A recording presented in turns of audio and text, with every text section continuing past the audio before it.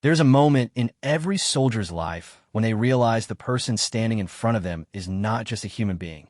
They're a force of nature wearing a uniform, a thing that does not bend, a thing that does not apologize, a thing that chews fear for breakfast and spits it out before the sun is fully up. Most soldiers meet that force and they shrink.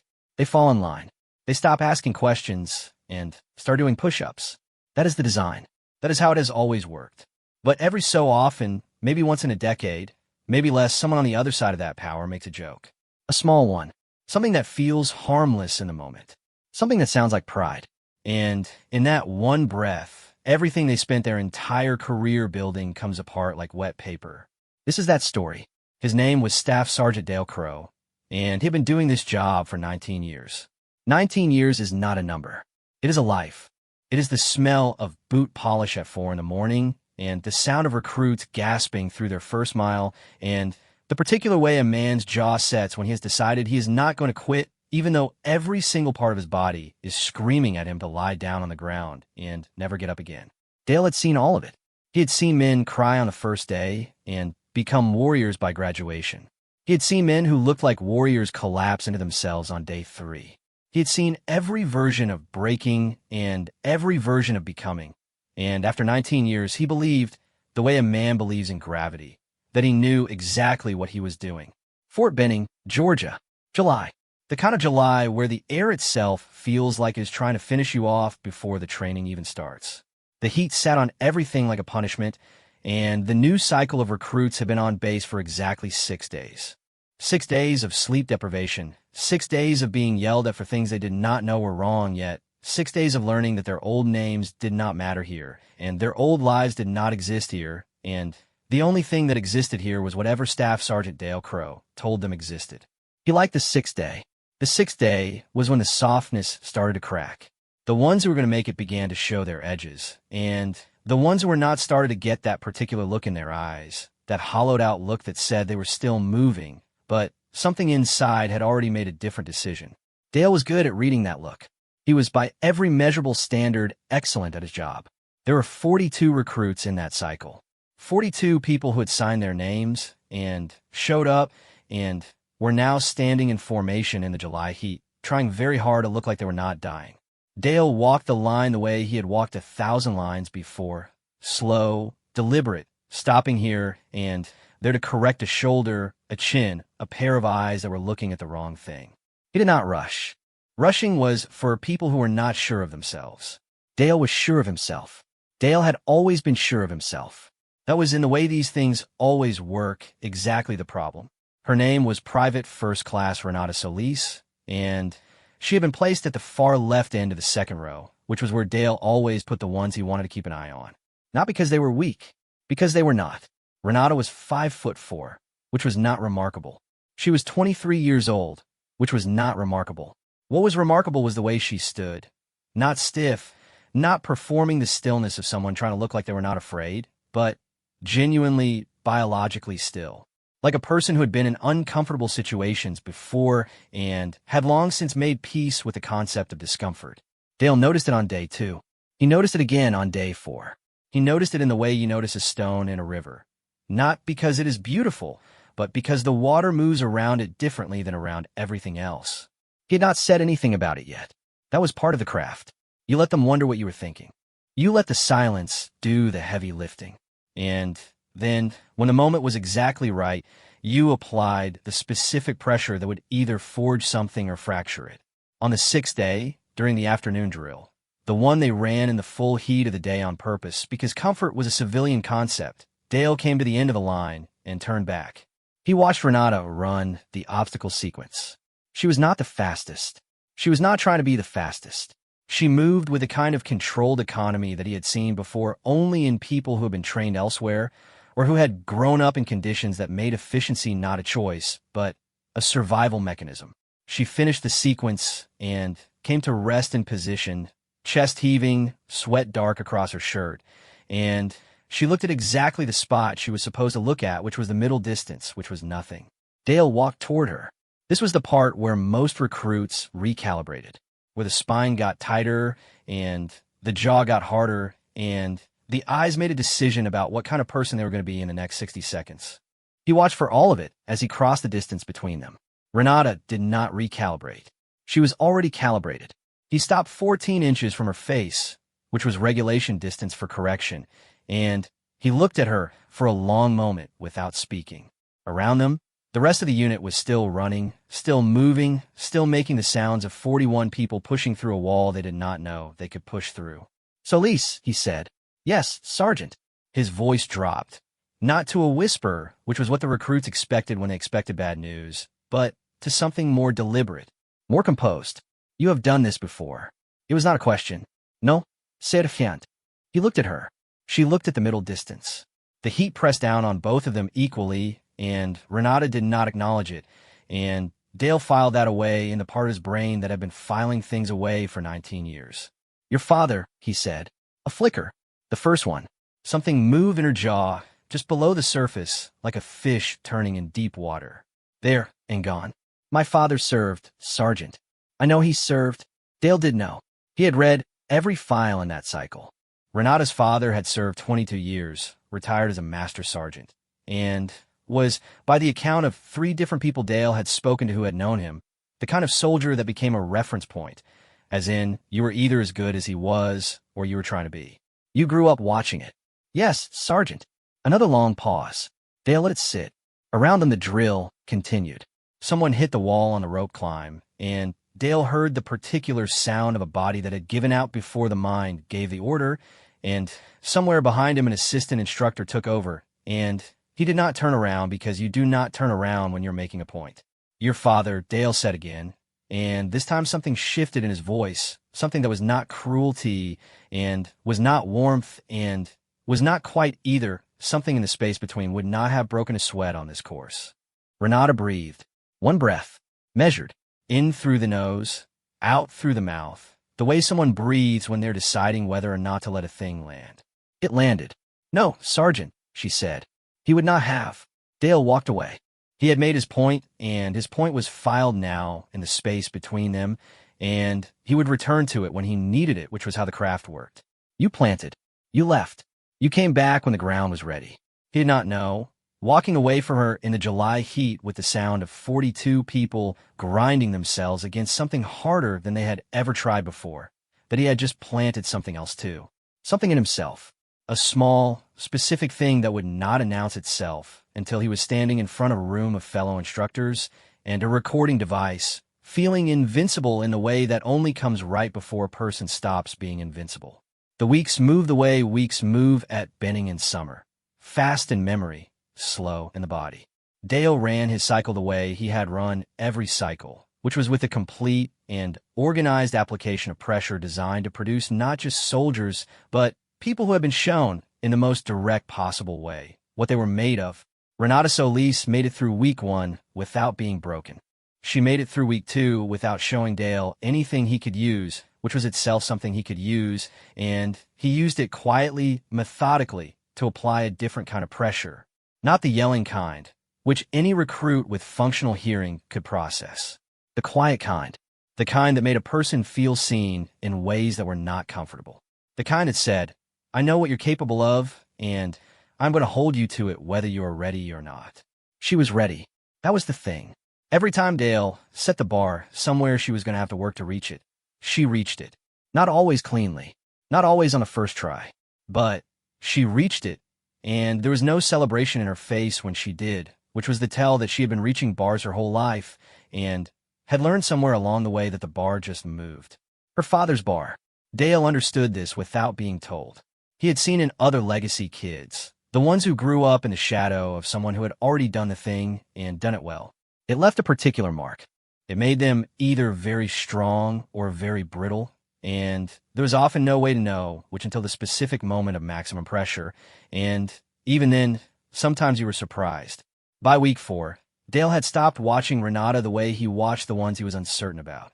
He watched her the way he watched the ones he was invested in. The distinction was real, and it was internal, and it did not change how he treated her in formation, which was the same way he treated every recruit, which was with the specific and focused attention of a person who believed that treating everyone the same was the most profound act of respect available. He told himself this often. He believed it. The fact that he had started to take a particular kind of professional satisfaction in watching Renata push through things was not special treatment. It was the same satisfaction he took in any recruit who showed him something worth seeing. He told himself that too. By week 6, the cycle was past its midpoint, and the unit had calcified into its shape. The ones who had found their footing, the ones who were grinding through on will alone, the one who had already requested a transfer and was waiting on paperwork. Dale ran the second half of every cycle knowing exactly who was going to finish and approximately how they were going to finish, and this cycle was no different, except that he had started without quite deciding to use Renata as a reference point. Not out loud, not in formation, not in anything that could be written down or reported. Just internally, just in the private running commentary of a man who had been doing this long enough that he narrated his own days without meaning to. He would watch her on a course and think her father would have done it this way. He would watch her in a classroom and think she heard this at the dinner table. He would watch her in the evenings from a distance, the way you watch someone when you do not want them to know you are watching, and he would think things that he did not name because naming them would have required him to do something about them, and there was nothing to do about them because she was a recruit, and he was her instructor, and 19 years of doing this job correctly did not include whatever this was. It was not whatever this was. It was professional investment. It was the particular attention of a craftsman who had found exceptional material. He told himself this more than once, and the fact that he had to tell himself more than once should have been the signal he was missing. The dinner table he kept imagining her at, her father at the head of it, young Renata across from him, absorbing the vocabulary of service the way other kids absorb sports statistics or song lyrics. This image had no place in a training cycle, and Dale knew it, and he filed it under professional context, and moved on every time it surfaced. He moved on 17 times in 6 weeks. He counted later, not at the time. At the time, he was doing his job, running his cycle, building soldiers, producing at the end of the road 41 people, the one with the transfer request having been processed out, who had been turned inside out and put back together in a configuration that was useful and durable and capable of things their former selves could not have conceived of. That was the work. That was what 19 years looked like on the inside. Not glory, not speeches, just this, just the daily, unglamorous, honest application of craft in service of something larger than the individual performing it. He believed this completely, which is why what happened next was so specifically, so precisely his own fault. It was week 7, a Thursday, and the unit had just completed the hardest day of the second half of the cycle. The kind of day that functioned as a proof. Not a test, because tests can be failed, but a proof, because at this point either you had been built into something or you had not, and the day was designed to demonstrate which. Everyone had gotten through it. Not cleanly, not easily, but through. That evening, Dale was in the briefing room with 3 other instructors, people he had worked with for years, people who knew his record and his reputation and his particular brand of controlled, precise instruction. They were going over notes from the day, the way they always did, debriefing informally with coffee that had been sitting since noon, and the particular loose energy of people who had just put a group of recruits through something difficult and watched them not break. Dale was talking about the unit, about who had stepped up on the day's course, about where he was seeing leadership emerge, about the shape of the group coming into the final weeks. He was in the middle of a sentence about Solis, something about her consistency, something professional and accurate and appropriate, and then one of the other instructors made a joke. A small one. Something about legacy kids always being either the best thing in a cycle or a complete disaster. And Dale, without pausing, without thinking, without hearing the 19 years of his own teaching about what words do and where they go, said, Solis is different. She's not performing anything. She's the real thing. And then one beat, one breath, one line too many. He smiled in a way that sat differently than anything else he had said that evening. And he said, you'd have to work hard to keep up with her. She could take you out. He said it like a compliment. He meant it like a compliment. He said it the way you say something about a phenomenon you have been watching from a professional distance and cannot help but admire. Nobody in that room moved. And in the silence that followed, that specific silence that falls when a room of experienced people all register the same thing at the same moment, Dale heard what he had just said the way you hear something on a recording that you cannot believe came out of your own mouth. The silence lasted 4 seconds. He counted those 2 later. Then someone reached over and turned off the recording device that had been sitting on the table, running the way it always ran during debriefs. And Dale understood, with the slow, specific clarity of a man watching something he cannot stop, that he had just made the worst mistake of his career. The recording did not disappear just because someone turned it off. That is not how recordings work. That is not how anything works, which is the specific cruelty of a moment like the one Dale Crow had just lived through.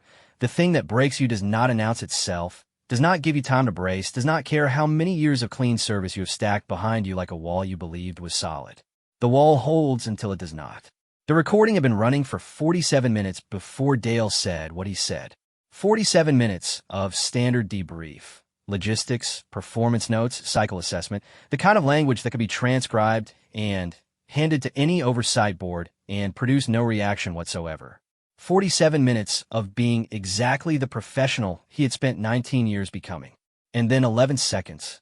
The estimate came later from the review board, who had listened to it more than once. 11 seconds was all it took. The instructor who turned off the device, a man named Sergeant First Class Hewitt, who had been Dale's peer for going on 8 years, who had eaten bad food with him on 3 different bases and covered him in 2 different administrative reviews that had amounted to nothing, did not look at Dale when he turned it off. He looked at the device. He looked at it the way you look at something you wish you had not just heard. And then he looked at his own hands, and then the room did what rooms do after something has shifted inside them. It rearranged itself around the new reality without anyone saying explicitly what the new reality was. The other 2 instructors gathered their folders. One of them said something about needing to check on evening rotation. It was 20 minutes before evening rotation needed checking. Nobody mentioned this. Dale sat at the table after they left. He was not panicking. This is important to understand about him. Dale Crow was not a man who panicked. 19 years in a job that required daily, direct confrontation with human limitation had burned the panic instinct down to something quiet and internal and slow-moving. What he felt sitting at that table was not panic. It was recognition. The cold, specific recognition of a man who has stepped off a curb before he saw the car, and the car is already there. And there's nothing to do now but stand in the road and let it come. He thought about the 11 seconds. He ran them back the way you run back a play you cannot believe happened. He had said she could take him out. He had said it with a particular kind of affection in his voice. Not the kind of affection that comes from one soldier respecting another, which is clean and uncomplicated and survives scrutiny, but the other kind. The kind that comes from somewhere lower and quieter and less professional, the kind that 19 years of doing this job correctly meant he should have identified and corrected before it ever got within range of his mouth. He had not identified it. That was the truth. He sat with in the empty briefing room while the air conditioning hummed and the July heat pressed against the windows from outside. He had not identified it because he had filed it every time, 17 times he had counted later, under the wrong category. Under professional investment, under craftsman's attention, under things that are allowed because they do not have names. They have names. He knew this. He had known it for years before this job, and he had applied that knowledge to his recruits with regularity, had spotted the specific flavor of not allowed in other people's behavior with the practiced eye of a man who understood what power did to the space between people when one person had it, and the other one needed something from them. He had seen it in other instructors, and he had done the correct thing every time without hesitation because it was clear when he was looking at someone else. You cannot see clearly the thing you are standing inside. The next morning, he went about his routine. This was also important to understand. He did not go to his commanding officer, did not try to get ahead of it, did not calculate damage control in the particular anxious way of a man who knows he has done something wrong and is trying to outrun it.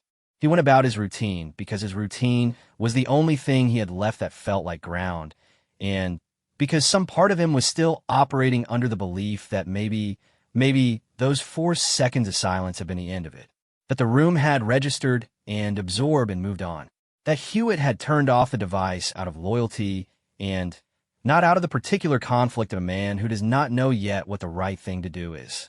Hewitt knew. Dale understood this by 8 in the morning, when Hewitt's eye contact was 3 degrees off what it always was, Not avoiding, not hostile, just recalibrated in the way of someone who has made a decision and is not yet in the position of acting on it. By 10 in the morning, Dale was in formation with the cycle, running them through navigation exercise in the tree line east of the main training ground, and Renata Solis was moving through the compass work with the same calibrated economy she brought to everything, and Dale looked at her and felt something that was not professional and was not allowed and was not something he could file under any category he had previously used, and for the first time he let himself look at it directly. It was not love. It was not that clean or that simple. It was something that had grown in the specific greenhouse of proximity and hierarchy, something that could only exist because she could not tell him to stop because the structure of the thing they were both inside made his attention feel like assessment, and not like what it actually was, which was attention. The personal kind. The kind that belonged nowhere near a training ground. He watched her read the compass, and he thought about her father and the dinner table and the 19 years of his own service and what those 19 years would mean on the other side of what was coming. And for the first time, the math did not add up. For the first time, the weight of what he was about to lose sat on him like a physical thing, like the July heat, but on the inside. He ran the navigation exercise. He ran it correctly. He gave clear instruction and appropriate feedback and made no distinction between Solis and any other recruit in the group. And at the end of the exercise, when everyone had come back to formation, he did the accounting he always did, who had performed, who had struggled, who was emerging. And he filed it the way he always filed it, which was into the structure of a training cycle that was going to continue running with or without him. That thought, with or without him, arrived in his head and sat there like an object he did not know what to do with. He had never thought it before. Not once. Not in 19 years. The formal notice came on a Wednesday, 8 days after the debrief. Not from Hewitt. Hewitt, to his credit or his cowardice, depending on where you were standing, had not been the one to file the report, which meant someone else had, which meant the 4 seconds of silence in that briefing room had contained at least 2 different kinds of decisions being made simultaneously by different people for different reasons. The report named the comment. It named the context. It named the recording. Dale was removed from active cycle instruction pending review. He was told this in a 10-minute meeting with his commanding officer, Major Reyes, a woman who had been doing her job for longer than Dale had been doing his, and who had, by all accounts, seen this category of situation more times than she wanted to have seen it, and who delivered the news in the specific register of someone who is not angry, but is disappointed in the way that is worse than anger because it contains no heat, just the flat weight of a thing that should not have happened. 19 years, she said, not as a tribute, as a question, as in, you had 19 years, and this is where you spent one of them. Dale did not have an answer for that. The honest answer was that he had not spent 11 seconds making a decision. That 11 seconds had been the surface of something he had been building for 6 weeks, without a building permit, without authorization, without even the basic acknowledgement that the thing was being built. The honest answer was that the review board was going to look at 11 seconds of audio, and he was going to look at 6 weeks of accumulated failure to see clearly, and only one of those things was on the tape. He said, "Yes, ma'am." She told him the timeline for the review. She told him a unit would be transferred to another instructor for the remainder of the cycle. She did not tell him who, which was the correct decision because the name did not matter, and knowing it would only have given Dale something to feel guilty about that was more specific than the general guilt he was already carrying, which was enough. He asked one question. He had not planned to ask it, had not even known it was coming until it came out of him the way the 11 seconds had come out of him, without clearing through whatever part of the brain is supposed to catch things before they become real. Does she know? Reyes looked at him for a long moment. Solis? Yes. Not yet. He nodded. He did not say anything else. He stood up, and he left the office, and he walked back across the base in the July heat, and he thought about what it meant that his first question had not been about the review or the timeline or the career he was watching come apart, but about whether a 23-year-old private who had done absolutely nothing wrong knew that her instructor had said something about her in a room she was not in a way that made her an object in a sentence she had no part in writing.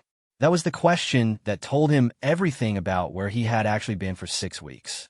The review board convened 3 weeks later.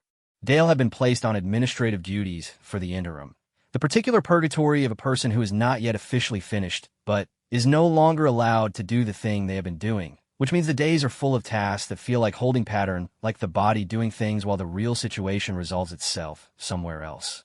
He had hired a military attorney, a woman named Colonel Pratt who was retired and now did private work, and who had, in Dale's first meeting with her, laid out the situation with the kind of calm precision that he recognized from his own best moments of instruction. Not brutal, not soft, just honest. The comment, she told him, was the kind of thing that review boards looked at in the context of everything else. Context being, were there any prior incidents, any patterns, any documentation of boundary violations elsewhere in the record? There were not. 19 years, and a record so clean it was almost abstract. This is what made the review board's job complicated in the specific way that complicated things in these situations always are. Not a monster, not a predator, not someone with a documented pattern of harm, but a person who had done one thing wrong and done it publicly enough to be heard, and done in the context of a power relationship that the structure of the military was designed carefully and extensively to protect. The protection existed because the alternative was worse. Dale knew this. He had been on the other side of that protection more than once, had been the person who caught the thing before it became a thing, and had made the correct reports and watched the correct processes play out. He knew what the protection was for. He knew why it mattered. He sat in front of the review board, and he answered every question, and he did not make excuses, and he did not minimize, and he did not deploy the 19 years as a shield, because the 19 years were not a shield, they were a context, and the difference between those two things was the difference between a person who understood what had happened and a person who was only interested in surviving it. They asked him about the comment. He explained it. They asked him about the 6 weeks preceding the comment. He explained that too.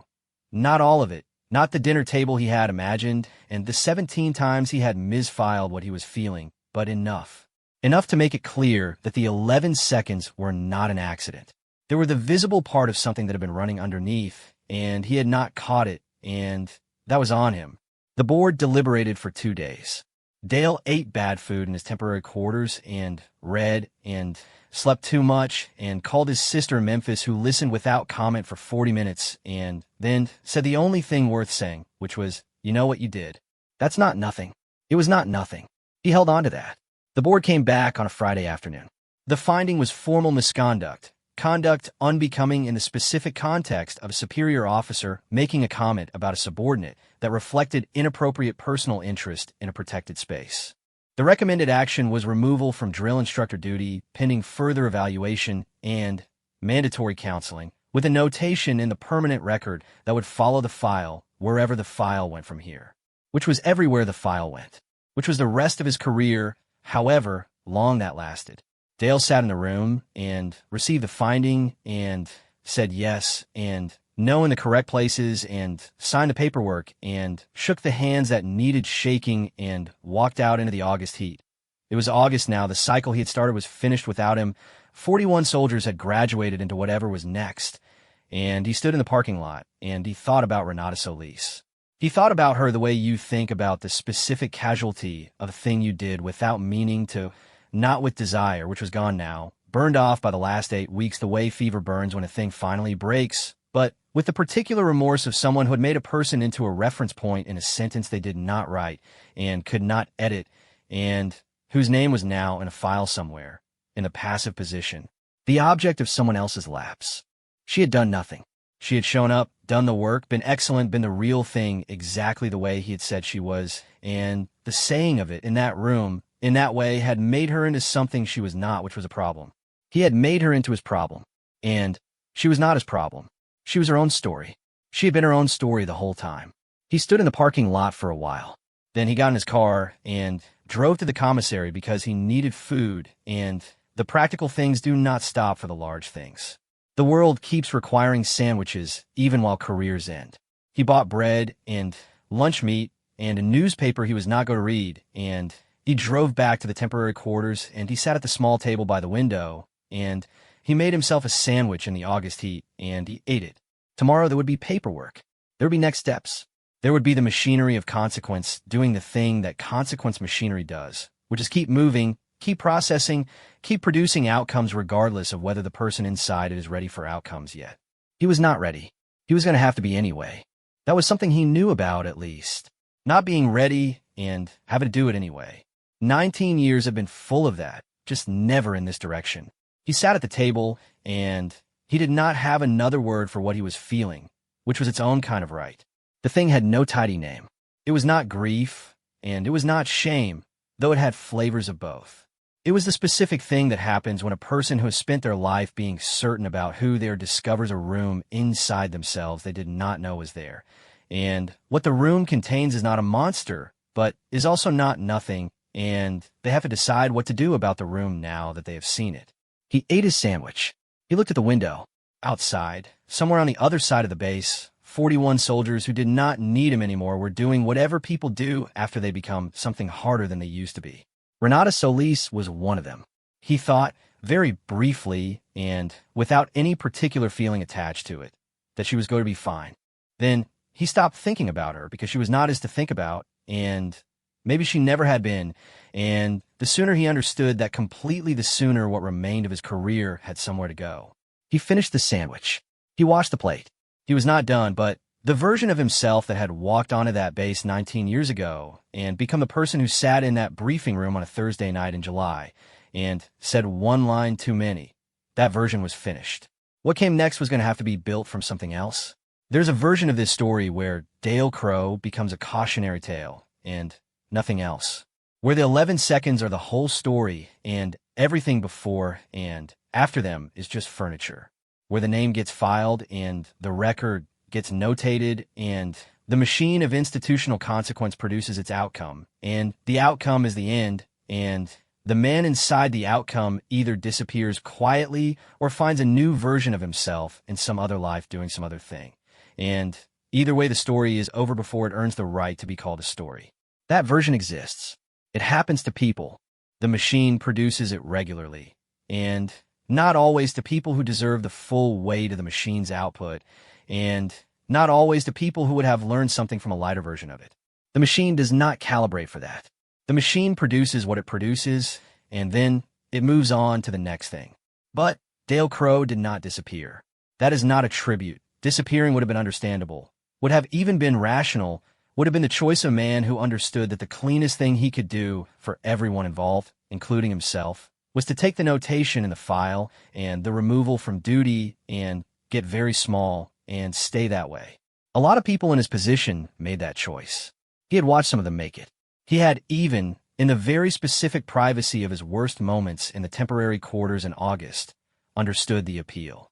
But he had also spent 19 years teaching people not to choose the comfortable exit. He had spent 19 years standing in front of people who wanted to quit and telling them through pressure and silence and the deliberate withholding of pity that the thing on the other side of the wall they were hitting was not more wall, that there was something on the other side that they could not access from the comfortable side of it. He was not willing to become a man who told other people that, and then chose the comfortable exit himself. If he was going to be diminished, and he was going to be diminished, he was at least going to be diminished while standing up. The mandatory counseling started in September. The counselor's name was Dr. Angela Fuentes, and she worked out in an office that was technically on base, but felt like something just outside it. The kind of space that was intentionally neutral, intentionally soft at the edges, intentionally designed to communicate that what happened in it was not going to be used against anyone. Dale arrived at the first session with the specific posture of a man who had been to required things before and understood the drill, which was show up, engage adequately, satisfy the requirement, move on. Dr. Fuentes saw the posture in the first 4 minutes. She did not say anything about it directly, which he would have known how to handle. She said, "Tell me about the last time you were wrong about something before this." He thought about it. He gave her a real answer, which was about a recruit 4 cycles back, a kid from Amarillo who Dale had assessed as a washout by week 3 and who had turned out to be, by the end of the cycle, the finest soldier in the group. Dale had been wrong about the assessment and had adjusted, and the kid had graduated, and that was the end of it. A professional mistake, identified and corrected. "That's a work answer," Dr. Fuentes said. He looked at her. "I asked when you were last wrong about something. You told me about a time you made an incorrect professional assessment. Those aren't the same question." He sat with that. He had good practice sitting with things, which she would observe over the course of the sessions. He did not fill silence with noise, did not deflect with humor, did not perform discomfort to get sympathy. He sat with things the way he had sat with difficult recruits, still present, waiting to see what would come.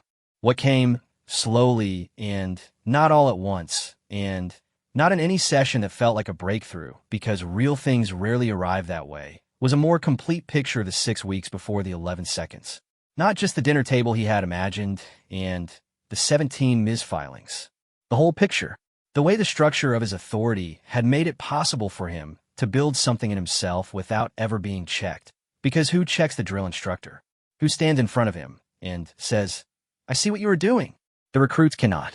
The peer instructors might, if they catch it early enough, which Hewitt had not caught it early enough or had caught it and said nothing, which was its own separate question.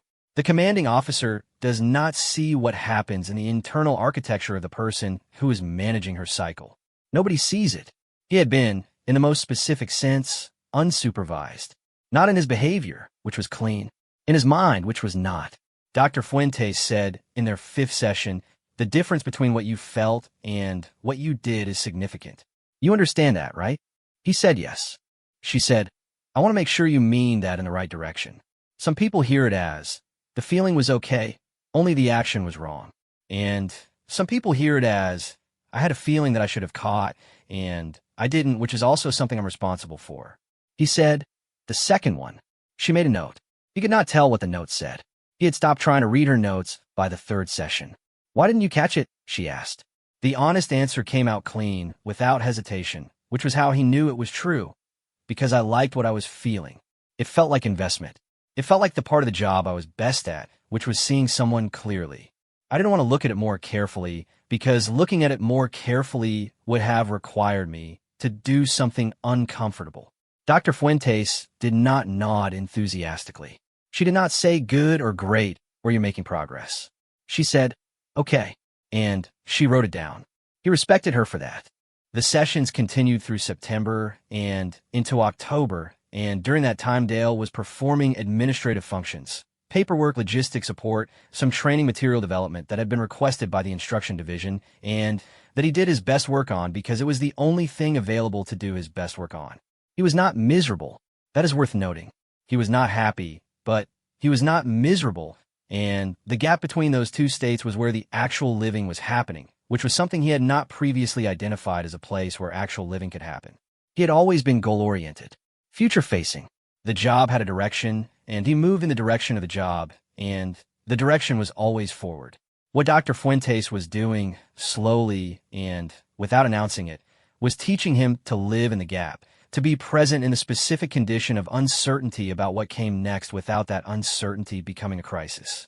He was not naturally good at this. He became adequately good at it. The difference between natural and adequate was the work of October. In November, he was formally reassigned.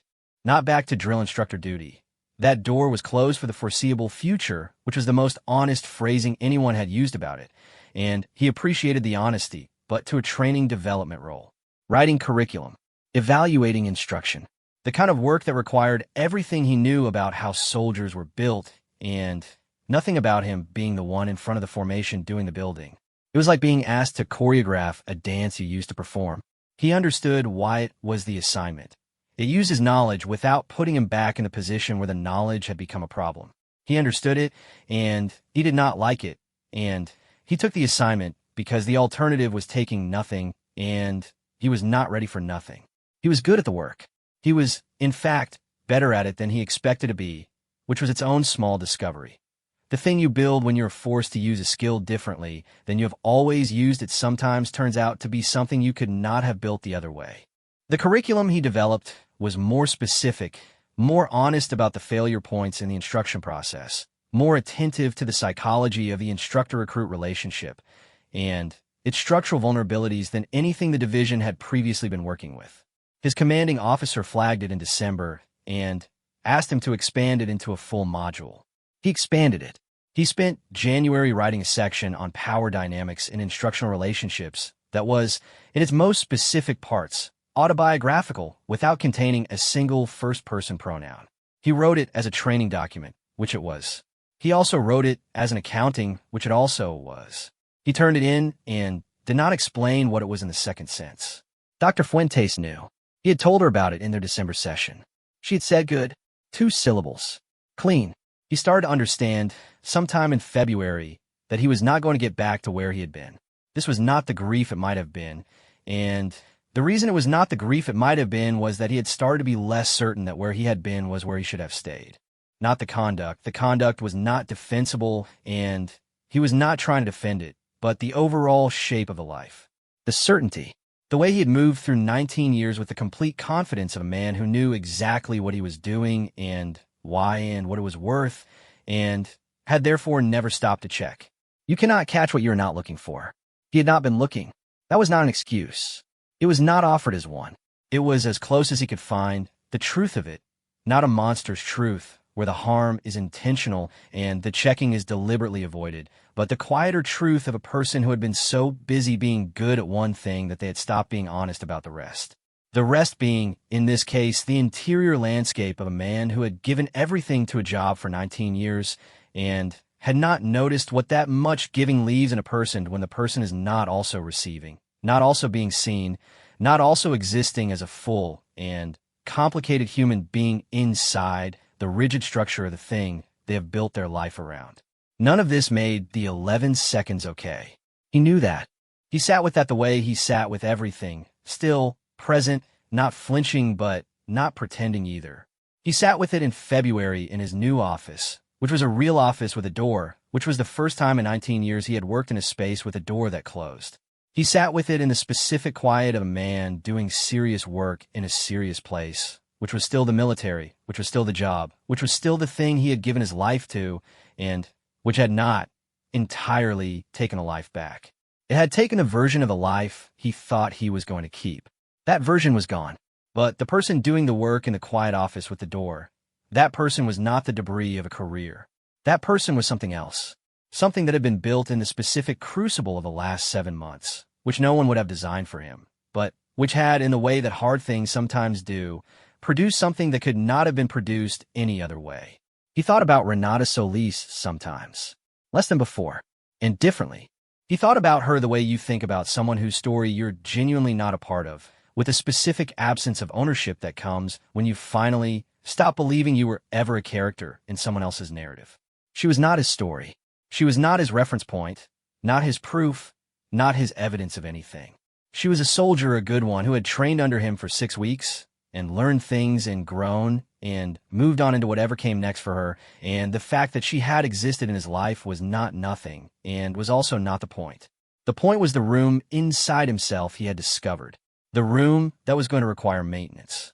Regular, honest, unglamorous maintenance. The same kind of maintenance he had spent 19 years telling recruits the real work required. The kind that does not feel like progress, but is the kind that happens in the gap between where you are and where you thought you would be. He was in the gap. He was against all of his expectations for what February of this year was supposed to look like. Okay, not fine, not healed, not the version of himself that had walked into that briefing room on a Thursday night in July without knowing what he was carrying. But okay, present, doing the work. Outside, somewhere on the base, a new cycle of recruits was starting their first week.